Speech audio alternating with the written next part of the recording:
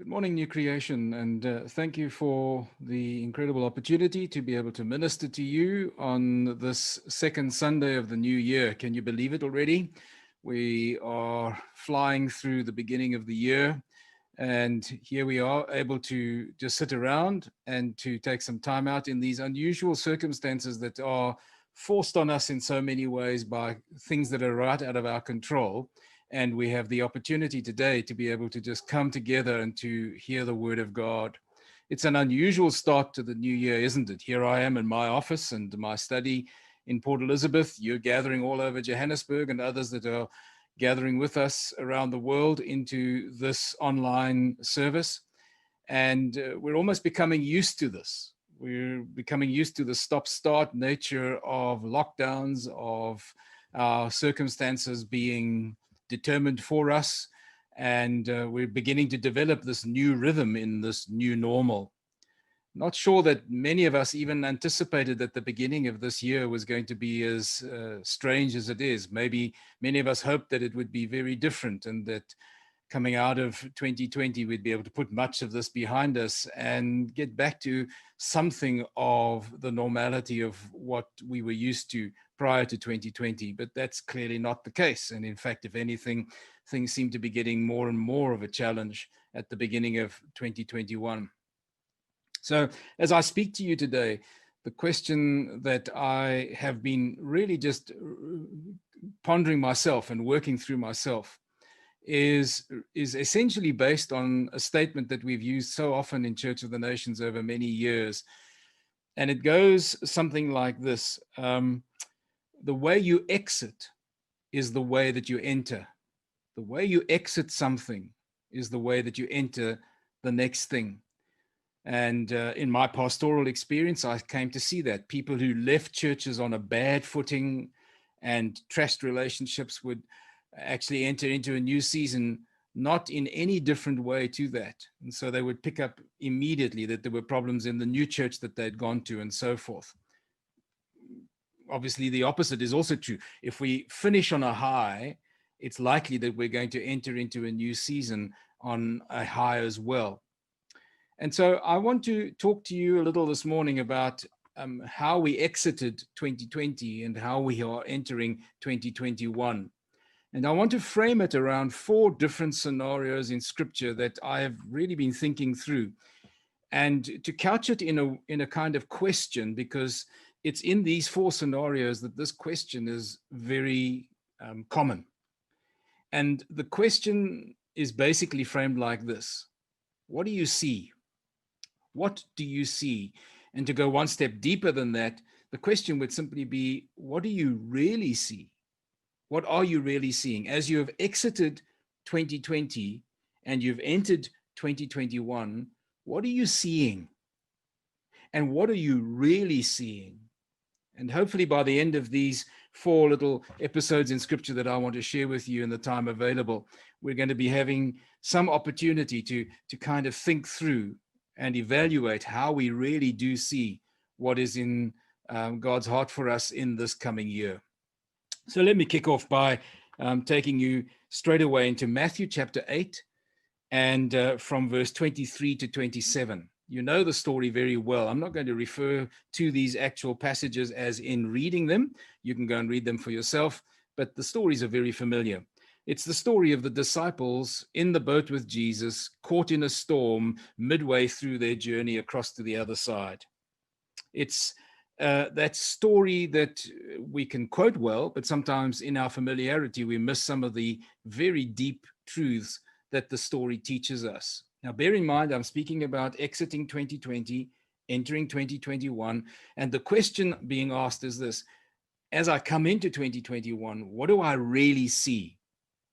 So in this story of the disciples in the boat caught in a storm with Jesus asleep in the boat with them, the lesson that I think that passage teaches us is simply this: that our fears can cause us to see reality differently or in a certain way. Our fears can interpret the way we see things, can influence the way we see things.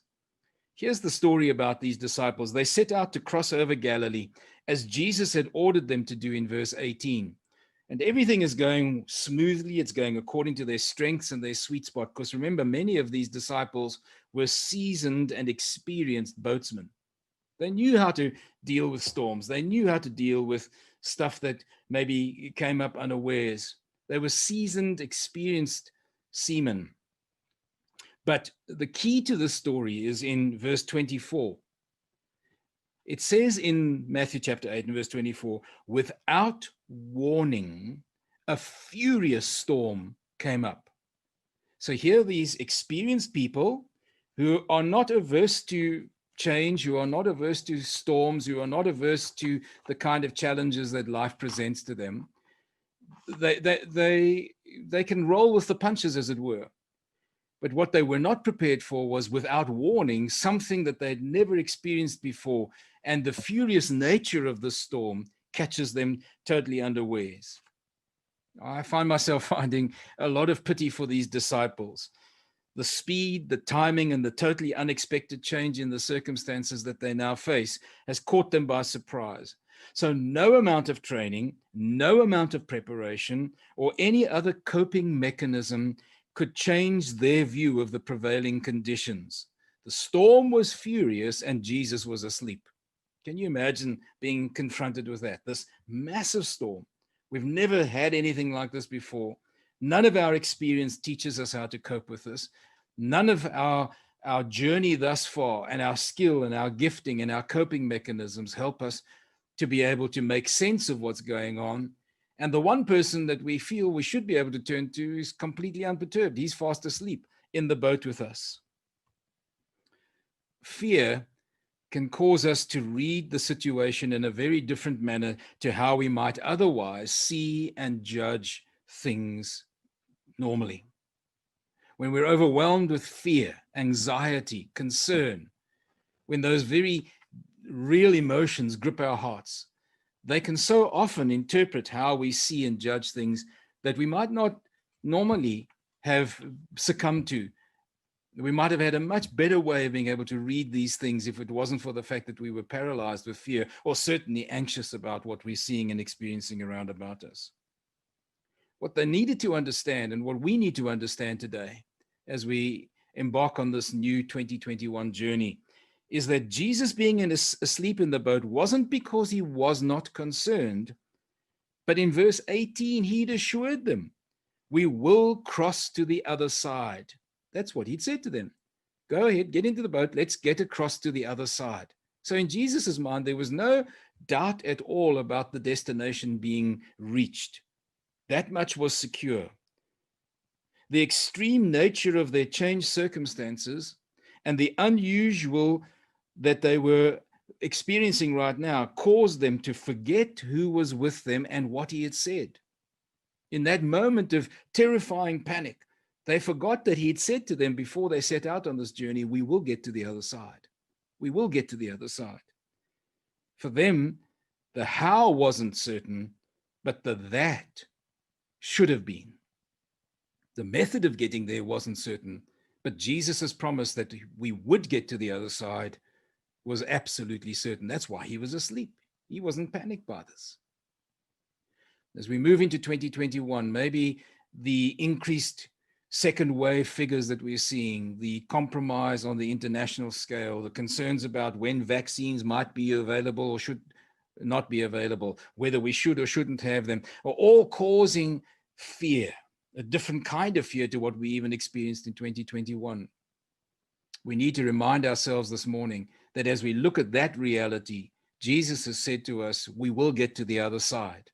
The how might change, it might be different to 2020, but he's given us his assurance. He is with us wherever we go, and he's given us the guarantee that we get through. So we should be able to see the realities around about us, no matter how much is changing, not from a position of fear, but from a position of faith. The second story that I want to deal with is in 2 Kings chapter 6 and verse 17. And in this story, you'll know that Elisha sees one reality, but his servant sees another. And he needs to get to the place of seeing as Elisha sees the reality as God portrays it. The background to the story was this, that the king of Aram has sent horses and chariots and a strong force to capture Elisha, because every move that the king of Aram makes against the nation of Israel is predetermined by the forces of Israel. And so he keeps on getting routed. And so he thinks there's a mole amongst these generals. And they say to him, it's none of us. We're loyal to you. But there's a man in Israel called Elisha. And he is so in tune with what God is telling him that even the secrets in your bedroom, he knows. So he's far away from us, but he's the key to these defeats. If you take him out, we might stand a chance. And so they send these horses and the chariots and a strong force to capture Elisha, and they surround the town that he's living in at the time. And so Elisha's servant gets up in the morning and he goes and sees that the city overnight has been surrounded by these Aramites and Arameans. And this enemy force is around about them. And all he can see is this present danger and the size of the enemy force that is ranged against them. And he can't see any way out of this. He cannot see any way out of this. Elisha simply says to him, God, will you open the eyes of my servant so that he can see as I see what the reality is, what it really is. And in that moment, God opens the servant's eyes, and around about this hill country, behind the enemy forces, as he sees it, he sees that God has ranged the angelic forces, hordes of them, in chariots and forces, much bigger than the enemy force. And he realizes victory is secure for Elisha and the Israelites. This story teaches me this, that our limitations and our living only in the moment can blind us to this true state of reality around about us. I want to say that again. Our limitations, and when we live only in the moment, we can be blinded to the true state of reality around about us. Now, that doesn't mean that we're not seeing things as they appear in our humanity, but that's the problem. It's in our humanity. And in our humanity, what we're seeing does not mean that what we see is all there is to it. Is all there is to it. Just recently, my younger daughter, who is pregnant with our next little grandson, had occasion to go and have a 4D scan of this little boy that she's carrying. And we saw some of the images that were taken in the course of this 4D scan. Did something to me as grandpa. It helped me to understand just how fearfully and wonderfully we are made. And it absolutely blew my mind that you could basically see into the womb with clear detail. It helped me to appreciate again what the psalmist says about how God has known us from before our conception, and he has known us in our mother's womb. It gave me a perspective that the naked eye could not give me. And I saw my grandson in the womb. I truly saw as God sees.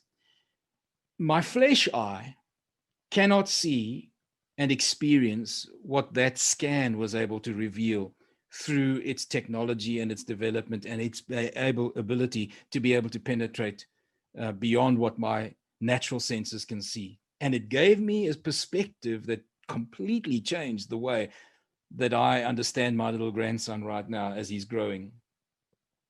My flesh eye sees and experiences only that which is outward, but it is so limited and it blinds me to how God sees the present and the future. So if I'm concentrating only on the now, my view of the now is so limited in the scope of everything that God's doing in my life and in the context of the world. I need to have God's view today, as Elisha's servant needed to have it, beyond what his flesh eye can see, to see as God sees. And so we need to be able to come into 2021, exiting 2020, entering 2021, and saying, God, I don't want my limitations or my ability only to cope for the now to determine what I see as the reality going forward. The third issue that I want to deal with is in Acts chapter 27 and verse 27. And in this story, Paul is making his way together with a whole bunch of other prisoners on a prison ship to Rome, where he is going to be tried. And you know the story happens. They get shipwrecked and they eventually make their way onto the island of Malta, and no one is lost, but it's quite a harrowing experience. He's on this prison ship, as I said, and apart from the many days of journey in the natural, the lack of wind and then good sailing conditions, which turn to treacherous conditions, finally see him and others swimming for their lives to the shores of Malta. It's quite an interesting story. And the lesson that Acts 27 and Paul and the other prisoners having to swim for their lives teaches me as I think about exiting and entering, and what reality I see is this: that our instinct to survive sometimes overlooks the reality of God's provision, which we can easily miss. Let me again say that. Our instinct to survive overlooks the reality of God's provision, which we can so easily miss. What's interesting to me in this story is that because Paul was a prisoner, he had no rights at that point, and the control was all in the hands of both the seafarers and the soldiers that were guarding these prisoners and whose mandate it was to deliver them to Rome for trial.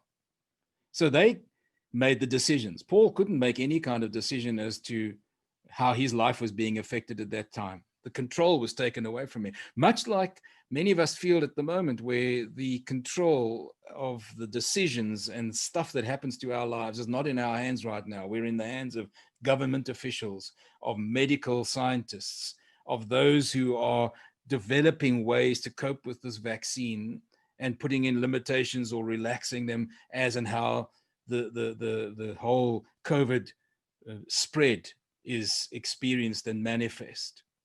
We feel like we're not in control any longer.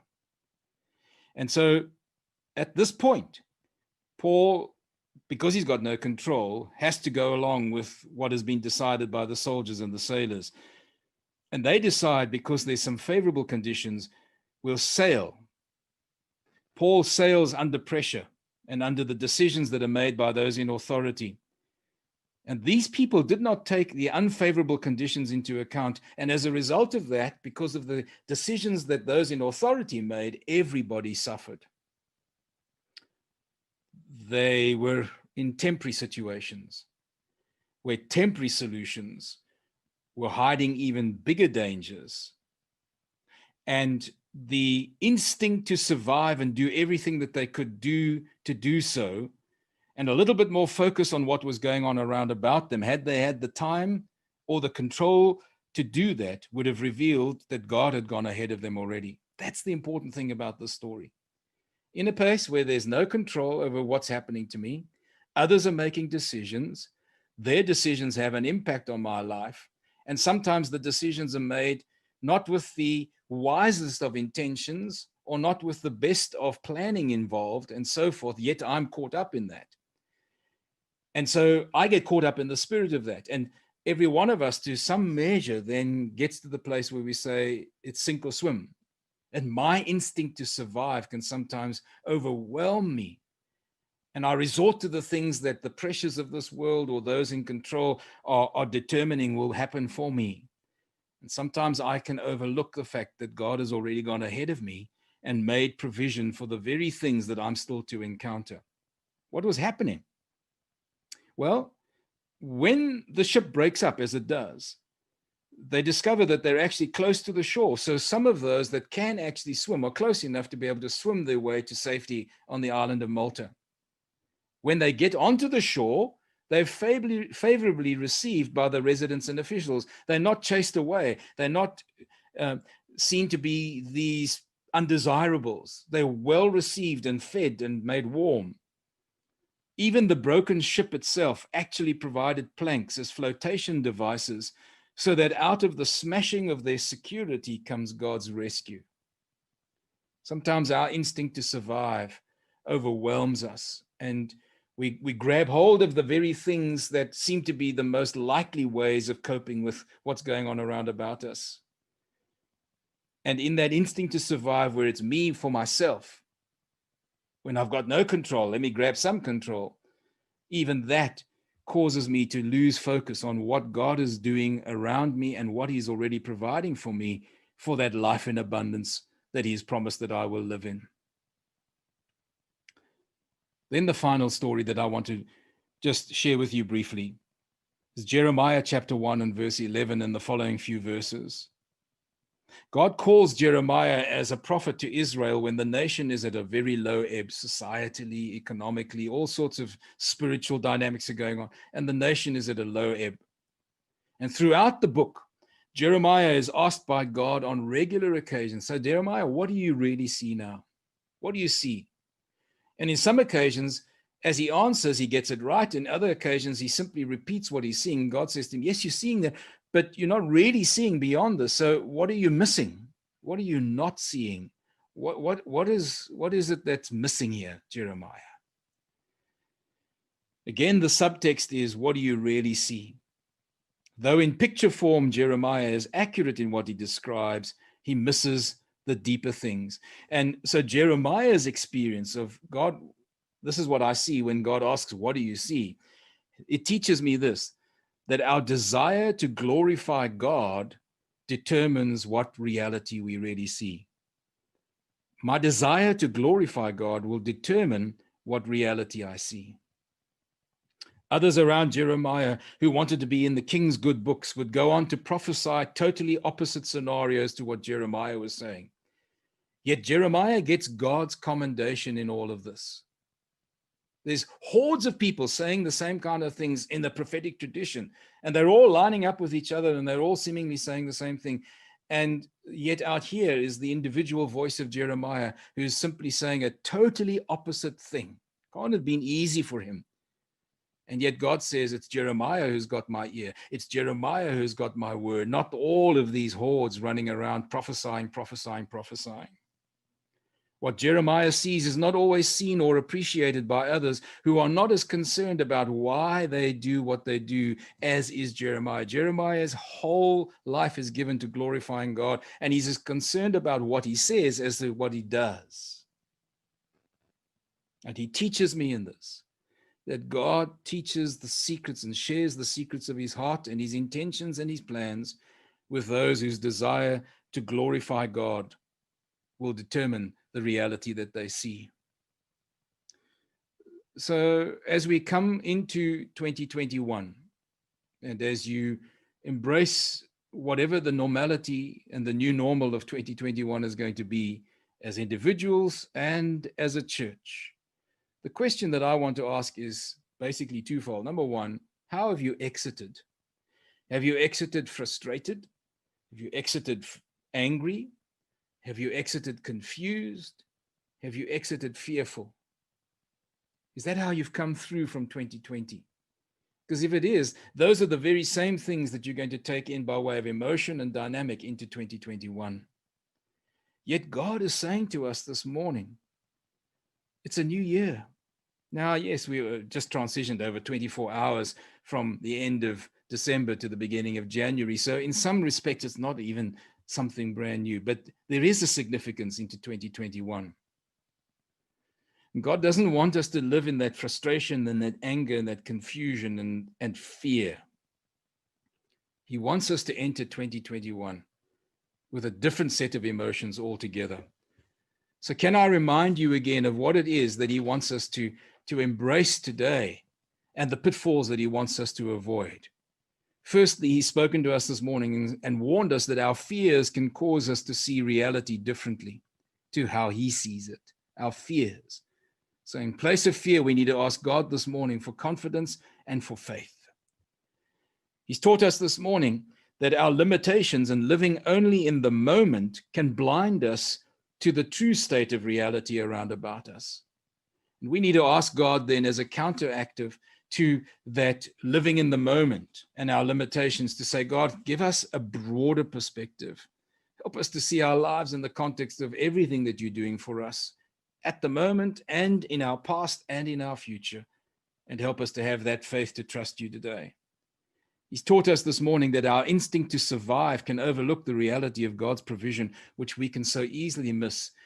As the antidote to that, we need to ask God, in our search for control, in our desire to survive, God, help us not to look for the things that we can so easily just grab hold of, but help us to see what you have provided because you've gone ahead of us already so that we can live the life that you've called us to live.